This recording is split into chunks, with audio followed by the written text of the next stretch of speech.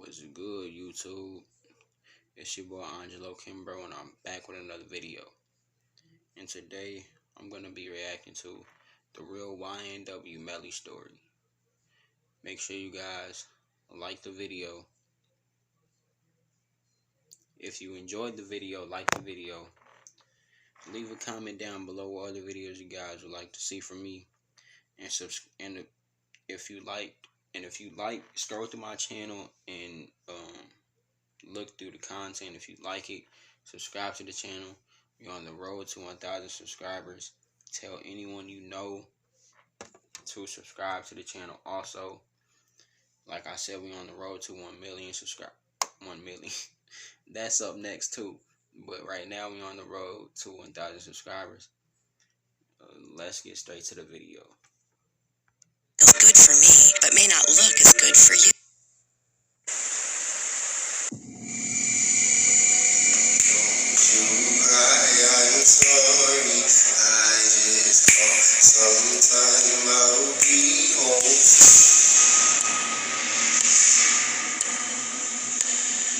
And two men are in jail this morning, including an up-and-coming Florida rapper. Both men are charged in a double murder.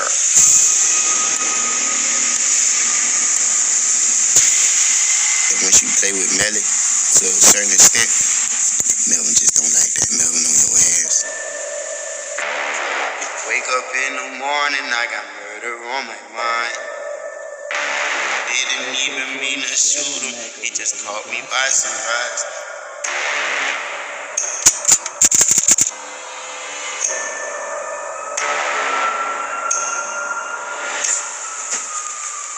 So, Mr. Demons, you're facing 2 counts of premeditated murder, and the court does find probable cause. You will be held no bond. Of course, that's without further ado. Just days after finishing a documentary to celebrate the success of YNW, 2 of its members were shot to death. This is Jamel Demons, better known by his stage name YNW Melly, and right now, he's being held at Broward County Jail, awaiting a long trial ahead of him. He's potentially facing life in prison, and they want to give him the death penalty for murdering 2 of his close friends in cold blood. If convicted and found guilty, this would go down in history as one of the most malicious acts of a rapper. Born and raised in South Florida, Jamel was raised by a single mother, who gave birth when she was only 14 years old. He does not know who his father is, although there is a rapper by the name of Dante the Gift who claims to be his dad. Growing up in poverty, Jamel watched his mother struggle for the basic necessities his whole life. In kindergarten, he would meet Christopher Thomas Jr., who we know as YNW Juvie. They lived in the same area and would become longtime friends. By the time he was 9 years old, he had already put the toy guns down and was playing with the real weapons. And then one day after school, he went to his uncle's house and he found a .22 revolver under the couch. He took it outside and fired it, rendering him unable to hear for over a week.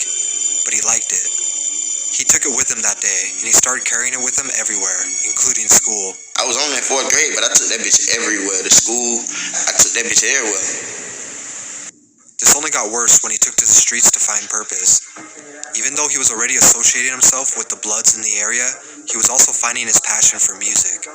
He listened to Chris Brown and Michael Jackson often, and started telling everyone he wanted to pursue music seriously. As early as 2014, he had already been recording songs and uploading them online to SoundCloud and YouTube. With his ability to sing and rap, it was only time before the world acknowledged his potential. He took on the name YNW Melly, with the YNW standing for the Young New Wave. His friends would also adopt and carry the YNW moniker. YNW Melly, Juvie, Sack Chaser, and Portland would complete the group. But it wasn't an easy path, and it took a few trials and tribulations before anything would change. Okay, get your ass return. Matter of fact, a gold line. If your brother run up, that boy gon' get close. On October 19, 2015, around 2 p.m., Melly pulled up near his high school with a semi-automatic weapon. For somewhat unknown reasons, he opened fire at 3 people standing a block away. Although he fled the scene and tried to ditch the weapon, he was later caught and arrested. He was charged with 3 aggravated assaults with a deadly weapon and 1 count of discharging a firearm in public. That was at 15. Bro, listen to the 15 years old, bro. Who in their right mind is picking up a gun? First of all, it was not. First it was 9 years old. Then he shot up us. Then he shot at students at school at 15 years old. He got real issues, bro.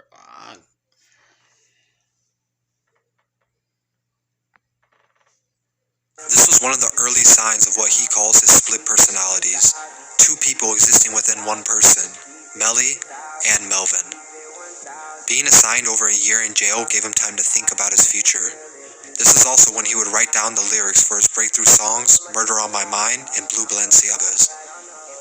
While in jail, he released his first project, Collect Call, which was a collection of songs he had already recorded. But he knew when he was released, his new music would blow up. Over a year later, when his term was done, he immediately got back to work recording everything he had written behind bars. Upon the release of songs like Murder on My Mind and Catching Feelings in 2017, he began to... This stuff is magical. Keeps my hair smooth, shiny, and you guessed it, long. L5 Dream Lengths. and to gain a small following that was growing every day. Murder on My Mind wouldn't initially go viral, but it amassed over 1 million views online, and it started to grow more popular over the coming months. By 2018, YNW Melly was becoming a household name. He had multiple Billboard charting songs and was catching the attention of the whole music industry. Collaborations with musical veterans like Kanye West was making him look like the next big thing. His mixtape I Am You would go certified gold, and Murder on My Mind would go 5 times platinum. Although he was still battling some legal issues for a few marijuana arrests, they would be nothing compared to what was going to happen next.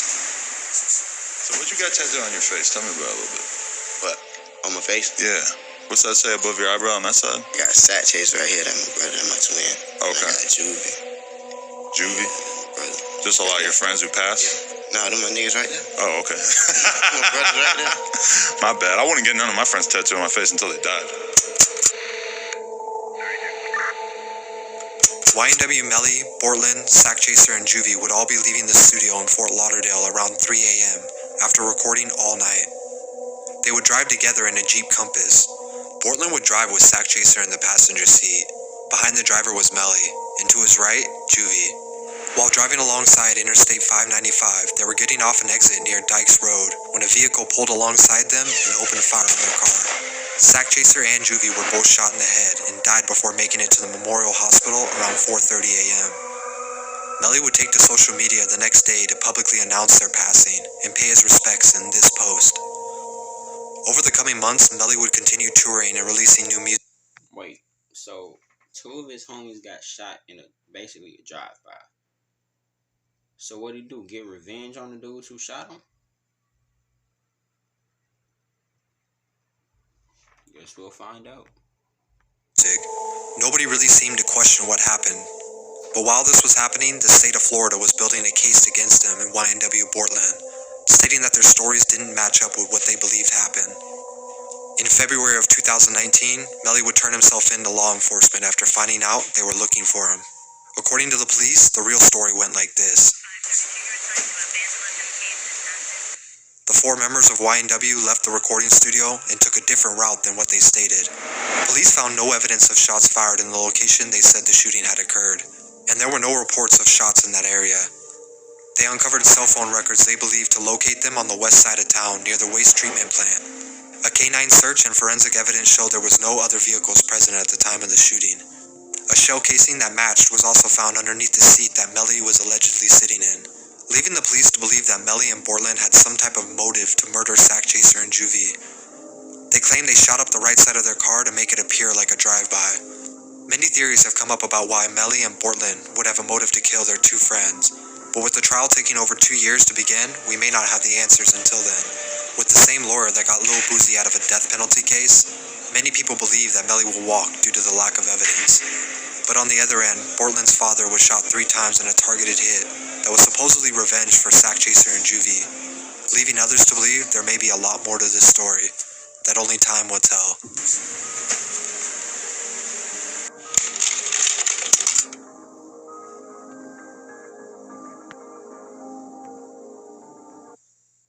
That's sad, bro.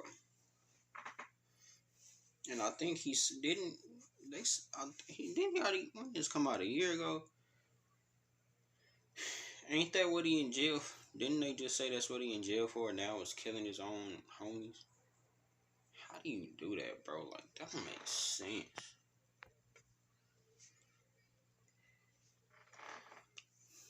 Anyway, y'all, that's the end of this video. Make sure you guys drop a like on this video. Comment down below what other reaction videos or any other videos you guys want to see from me. And again, subscribe to the channel for more content like this. We are on the road to 1,000 subscribers. That's the end of this video, and I'm out. Peace.